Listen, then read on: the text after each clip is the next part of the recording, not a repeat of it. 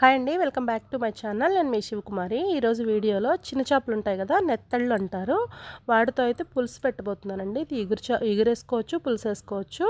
So పులుసు చాలా సింపుల్గా, చాలా టేస్టీగా ఎలా రెడీ చేసుకోవాలి ఈ వీడియోలో అయితే చూపించబోతున్నాను. ఇది కంప్లీట్గా ఓల్డ్ స్టైల్ అండి, పాతకాలం పద్ధతులు ఎలా చేసేవాళ్ళో చూపిస్తాను. ఇది మా అమ్మ చేశారు. టేస్ట్ అయితే నెక్స్ట్ లెవెల్ ఉందండి. చాలా అంటే చాలా బాగుంది. మనకి ఇవి ఎక్కువ కాస్ట్ కూడా ఉండవు, అలానే టేస్ట్ కూడా చాలా బాగుంటుంది. తక్కువ ఖర్చుతో ఎక్కువ టేస్ట్తో ఇలా అయితే నేను తీసుకున్న 1/2 కేజీ చేపలు తీసుకున్నానండి. మనకి ఇన్నైనా చూడండి, క్లీన్ చేసుకుంటే ఇవి దగ్గర చక్కగా కంప్లీట్గా 2-3 తినొచ్చు. అంత బాగుందండి. ఫిషెస్ అయితే ఫ్రెష్ అనమాట, సముద్రం చేపలు ఇవి.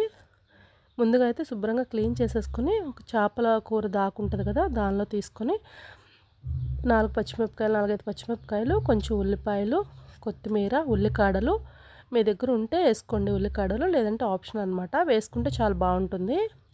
ఉల్లికాడలు, తర్వాత కొత్తిమీర, రుచికి సరిపడా ఉప్పు, ఇవన్నీ ఇప్పుడే కలిపి పెట్టుకోవాలి. గళ్ళుప్పు వేయండి, రుచికి సరిపడా వేయండి అనమాట.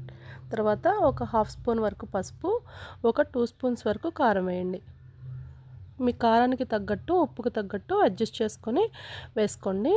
తర్వాత ఈ ఉప్పు కారం తర్వాత కొంచెం నూనె, ఒక 4 స్పూన్స్ వరకు, 4 టేబుల్ స్పూన్స్ వరకు వేసుకోండి. మనం తక్కువ క్వాంటిటీనే కాబట్టి తీసుకుంది చేపలు.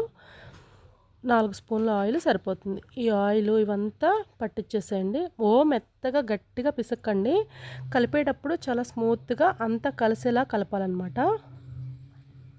కొంచెం వాటర్, ఒక గ్లాస్ వరకు వాటర్ పోసుకోండి.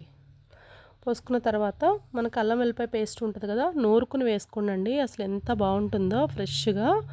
లేదైనా మామూలుగా మిక్సీ అయినా వేసుకోవచ్చు, కాకపోతే నూరుకుని వేసుకుంటే చాలా బాగుంటుంది. ఇప్పుడు అల్లం వెల్లిపాయ పేస్ట్ కూడా యాడ్ చేసుకుందాము. మనం ఇలా వాటర్ ఎందుకు పోసుకోవాలంటే, మనం ఇట్లా అన్నీ కలిపేటప్పుడు ఏంటంటే ఇవి కొంచెం చిన్నవి కదా, స్మూత్గా ఉంటాయి. సో ఈ వాటర్లో అంటే మనకి కొంచెం అంతా కలుస్తుంది. మరీ ఎక్కువేం పోసుకో అవసరం లేదు. ఇలా కొంచెం పోసుకొని అల్లం వెల్లిపాయ పేస్ట్ అన్నీ వేసుకున్న తర్వాత అప్పుడు అడ్జస్ట్ చేసుకోండి. వాటర్ అవన్నీ అడ్జస్ట్ చేసుకొని స్టవ్ మీద పెట్టేసుకోండి. చాలా సింపుల్ అండి. ఇది ఒక్కసారి కొంచెం ఒక 5 to 10 మినిట్స్ ఉడికిన తర్వాత చింతపండు పులుసు వేసుకోవాలి. మనకు చాలా తొందరగా ఉడికిపోతుందండి. గెరిటితో తిప్పకండి అస్సలు. మనకి గెరిట అనేది యూస్ చేయకూడదు. చూడండి, మనకి ఒక 10 నిమిషాలు ఆయిల్ అనేది పైకి తేలిపోయింది, ఉడికిపోయింది.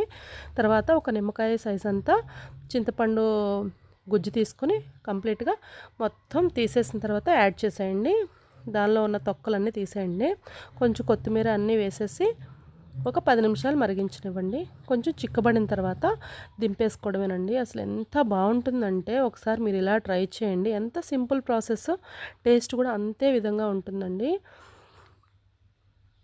చూస్తుంటేనే కలర్ఫుల్గా తినాలనిపిస్తుంది కదా. కొంచెం చిక్కబడినివ్వండి. చిక్కబడిన తర్వాత అసలు నైట్ వండేసుకుని మార్నింగ్ తింటే అసలు ఇంకా బాగుంటుందండి. ఎప్పుడైనా చేపల పులుసు అనేది మనకి ఒక 12 అవర్స్ అయిన తర్వాత తింటే చాలా బాగుంటుంది. చూడండి, మొత్తం కంప్లీట్గా ఆయిల్ అంతా పైకి తేలిపోయింది. ఇప్పుడు ఉప్పు కారం ఏమన్నా కావాలంటే అడ్జస్ట్ చేసుకోండి. లైట్గా ఉప్పు అనేది చూసుకోండి. నాకైతే అన్నీ సరిపోయాయి, నేను ఏమి యాడ్ చేయలేదు. కొంచెం కొత్తిమీర వేసుకొని స్టవ్ ఆపేసేసి మూత పెట్టేసుకొని అలా పక్కన ఉంచేసేయండి. అట్లీస్ట్ మీరు అప్పుడప్పుడు తినాలని 1 గంట తర్వాత తినండి, చాలా బాగుంటుంది. ఈ వీడియో కనుక మీకు నచ్చితే లైక్ చేయండి, షేర్ చేయండి, సబ్స్క్రైబ్ చేసుకోండి. Thank you for watching.